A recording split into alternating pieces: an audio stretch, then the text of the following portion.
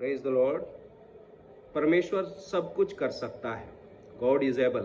मेरा एक दोस्त गीत गाता था, गॉड इज एबल। और मैं जब प्रभु के वचन के ऊपर ध्यान कर रहा था और मैं देख रहा था कि वो योग्य कौन है, वो वर्दी कौन है। और बाइबल बताती है प्रकाशित वाक्य 5 अध्याय में, जब प्रभु का दास यूहन्ना वो उस पुस्तक को देखता है और रोने लगता है, क्योंकि न स्वर्ग में, न पृथ्वी पर, न पृथ्वी के नीचे कहीं भी कोई ऐसा आदमी नहीं था जो उस पुस्तक को लेने और उसकी मोहरें खोलने के योग्य हो। और बाइबल बताती है कि वो यहूदा के गोत्र का सिंह, वो उस पुस्तक को लेने और उसकी मोहरें खोलने के योग्य, प्रभु यीशु मसीह योग्य है। और बाइबल बताती है वो वध होकर ये योग्यता हासिल करता है। तो ऐसा क्या था उस पुस्तक के अंदर जो पूरी सृष्टि के अंदर कोई उस पुस्तक को लेने और उसकी मोहरें खोलने के योग्य नहीं था।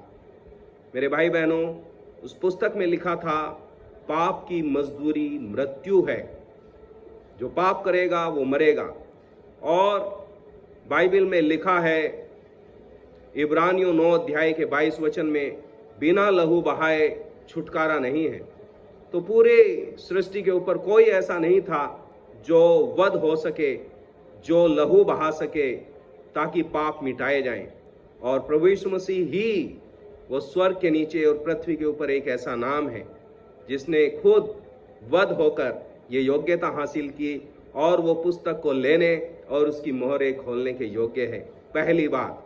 दूसरी बात, जब प्रभु यीशु मसीह अपने चेलों के साथ में और बहुत सारे फरीसी और सदूकियों के साथ बात कर रहे थे, और उन लोगों के साथ बात कर रहे थे जो सोचते हैं कि हम अब्राहम की संतान हैं, तो प्रभु यीशु मसीह ने मत्ती 3 अध्याय के 9 वचन में कहा, परमेश्वर पत्थरों से भी अब्राहम के लिए संतान उत्पन्न कर सकता है।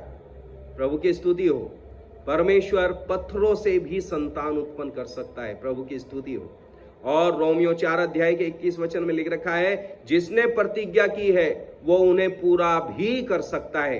रोमियो 4:21, जिसने वायदे किए हैं वो पूरा भी कर सकता है।